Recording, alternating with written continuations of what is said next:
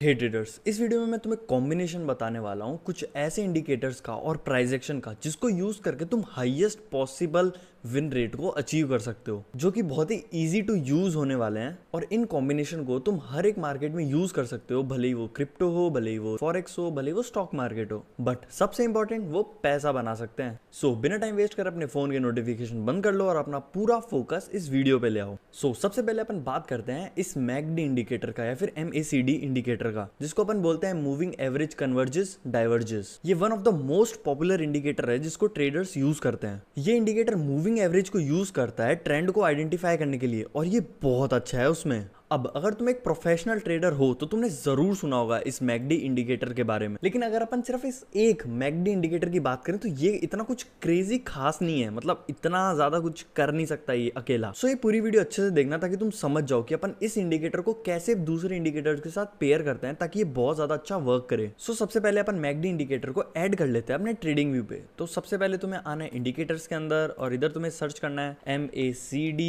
और यहाँ से इस मूविंग एवरेज कन्वर्जेस डाइवर्जेस जिस पे क्लिक कर दो तो नीचे अपने ये MACD इंडिकेटर आ चुका है। अब जब अपन ने इस इंडिकेटर को ऐड कर लिया है तो अब ये भी समझ लेते हैं कि वर्क कैसे करता है। मैकडी इंडिकेटर 4 कंपोनेंट से बना होता है। पहला मैकडी लाइन, दूसरा सिग्नल लाइन, तीसरा हिस्टोग्राम और चौथा जीरो लाइन। जो MACD लाइन है मतलब मैकडी लाइन वो है ये ब्लू वाली, और यूजुअली अपन इसको 12 डे के मूविंग एवरेज पे रखते हैं। और सिग्नल लाइन ये ऑरेंज वाली लाइन होती है जिसको अपन 26 डे के मूविंग एवरेज पे रखते हैं। सो उसके बाद आता है अपने पास हिस्टोग्राम, जो अपन को डिफरेंस बताता है मैकडी लाइन में और सिग्नल लाइन में। फॉर एग्जाम्पल, अब अगर इन दोनों लाइन के बीच का गैप बहुत ही छोटा होता है तो हिस्टोग्राम भी बहुत छोटा बनता है, और अगर गैप बड़ा होता है तो हिस्टोग्राम भी बहुत बड़ा बनता है। और तुम देख सकते हो अगर मैकडी लाइन क्रॉस करके चली जाती है सिग्नल लाइन को ऊपर की तरफ तो हिस्टोग्राम ग्रीन बनता है, और इसका जस्ट उल्टा अगर मैकडी लाइन क्रॉस करके नीचे आ जाती है सिग्नल लाइन को ऊपर से तो हिस्टोग्राम रेड बनता है। और सबसे लास्टली अपने पास होती है जीरो लाइन, जो कि सेंटर बताता है मैकडी इंडिकेटर का।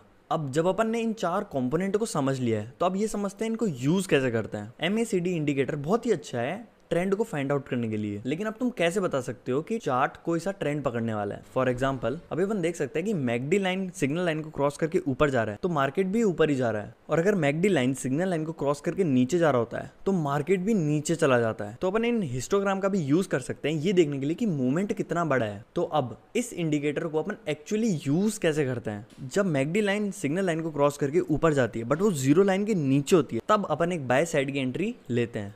अब अगर मैकडी लाइन सिग्नल लाइन को ऐसे क्रॉस करके और ऊपर जा रही है बट वो जीरो लाइन के भी ऊपर है तो अपन बाय साइड की एंट्री नहीं लेंगे। और ये सेम चीज अपन सेल करते वक्त भी करते हैं, बट उल्टा। अपन सिर्फ सेल की ट्रेड या फिर अपन कह सकते हैं शॉर्ट की ट्रेड तभी लेंगे जब मैकडी लाइन सिग्नल लाइन को क्रॉस करके नीचे आ रही हो बट वो जीरो लाइन के ऊपर हो, तभी अपन वहां से शॉर्ट साइड की एंट्री बनाएंगे। तो अभी मैंने तुम्हें जितना बताया है वो तुम्हें पक्का समझ में आ गया होगा, और अगर आ गया है तो इस वीडियो को लाइक कर दो ताकि मुझे समझ में आ जाए कि तुम्हें समझ में आ गया। अब ट्रेडर्स क्या करते हैं, वो इस एक ही इंडिकेटर के भरोसे पे वो ट्रेड्स लेते हैं, और यही उनकी सबसे बड़ी गलती होती है। सो अब मैं तुम्हें बताता हूँ ये मैकडी इंडिकेटर क्या काम नहीं करता। जो मैकडी इंडिकेटर है वो बहुत ही अच्छा काम करता है मार्केट के ट्रेंड में।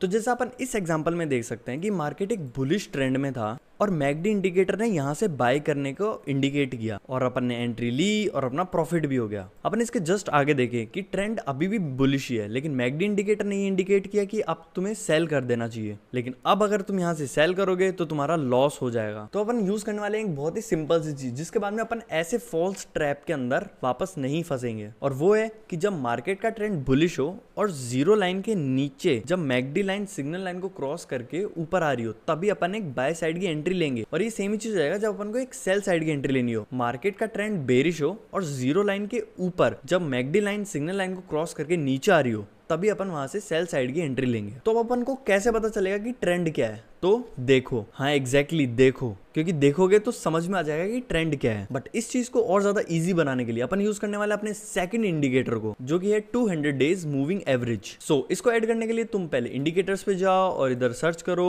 EMA, जिसकी फुल फॉर्म होती है एक्सपोनेंशियली मूविंग एवरेज, या फिर अपन इसको बोलते हैं मूविंग एवरेज एक्सपोनेंशियल। और फिर EMA पे जाके इसकी सेटिंग्स पे क्लिक कर दो और फिर इनपुट्स में जाके इसकी लेंथ को कर दो 200 एंड देन प्रेस ओके, जिसको बना देगा 200 एक्सपोनेंशियल मूविंग एवरेज। अब जब तुम इस EMA को ऐड कर लोगे तो तुम्हें ये एक सिंगल लाइन दिखेगी चार्ट में, और अब अगर प्राइस इस EMA लाइन के ऊपर है तो ट्रेंड बुलिश है, और अगर प्राइस इस लाइन के नीचे है तो ट्रेंड बेरिश है। सो जैसा मैंने तुम्हें पहले बताया था कि अगर ट्रेंड बुलिश हो अपन सिर्फ तभी बाय करेंगे। तो सुनो सुनो और सुनो, अब अपन इन सब चीजों को जो अभी अपन ने समझी है उन सबको जोड़ने वाले हैं। तो अब अपन तभी बाय करेंगे जब मैकडी लाइन जीरो लाइन के नीचे क्रॉस हो रही हो और ईएमए लाइन के ऊपर करंट प्राइस अपना चल रहा हो। सो इससे ये तो पक्का हो जाएगा कि तुमने सेम डायरेक्शन में ट्रेड ले रखी है जिस डायरेक्शन में मार्केट मूव कर रहा है, और ये कॉम्बो बहुत ही ज्यादा पावरफुल है। और अगर तुम सेल करते हो तो इसका जस्ट अपोजिट हो जाएगा। तो ध्यान रखना कि प्राइस इस ईएमए लाइन के नीचे हो और मैकडी लाइन जीरो लाइन के ऊपर क्रॉस कर रही हो, तभी अपन एक सेल साइड की एंट्री लेंगे।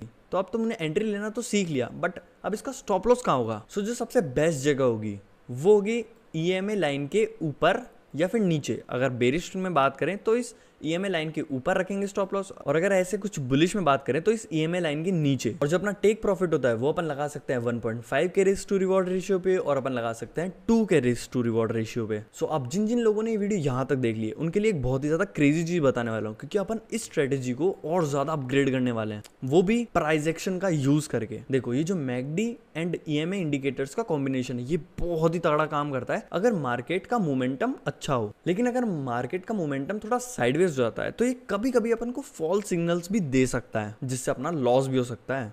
तो अब डरने की क्या है बात जब प्राइस एक्शन अपने साथ। छी, ये तो बहुत ही गंदा था। सो अब इसमें प्राइस एक्शन को यूज करने के लिए अपन की लेवल को आइडेंटिफाई करेंगे। वो सपोर्ट भी हो सकता है, रेजिस्टेंस भी हो सकता है, वो उस पर डिपेंड करता है कि अपन बाय साइड की ट्रेड लेने वाले हैं फिर सेल साइड की। जैसे अपन इस जगह पे देख सकते हैं मार्केट ने इस जगह पे एक बार दो बार रिजेक्ट करा, और अभी अपन ने ये लगा दी कि एक बार और कर सकता है। अभी ये ईएमए लाइन के ऊपर भी है, और अब जो मैकडी इंडिकेटर है वो जीरो लाइन के नीचे से क्रॉस होते हुए जा रहा है सिग्नल लाइन के ऊपर की तरफ। तो ये अपना यहाँ पे प्राइस एक्शन भी आ गया, ईएमए लाइन भी आ गई, मैकडी इंडिकेटर भी आ गया। अब जो अपनी एंट्री बनी है वो बहुत ही ज्यादा क्रेजी और एक बहुत ज्यादा सही एंट्री बनी। और अपना स्टॉप लॉस मैंने जैसे तुम्हें बताया कि अपन स्टॉप लॉस अपने ईएमए लाइन के नीचे रख सकते हो, और तुम अपना टेक प्रॉफिट रख सकते हो 1.5 या फिर 2 के रिस्क टू रिवॉर्ड रेशियो पे। सो इस वीडियो में मैंने तुम्हें बताया अपन कंबाइन करते हैं मैकडी इंडिकेटर को, ईएमए को और प्राइस एक्शन को, ताकि बेस्ट पॉसिबल ट्रेड अपन एग्जीक्यूट कर पाए इन इंडिकेटर की मदद से। तो बदले में अगर तुम चाहो तो तुम इस वीडियो को लाइक कर सकते हो, इस चैनल पर पहली बार आए तो चैनल को सब्सक्राइब कर सकते हो, बिकॉज आगे आने वाली वीडियो और भी ज्यादा अच्छी स्ट्रेटेजी के साथ होने वाली है। So thanks for watching.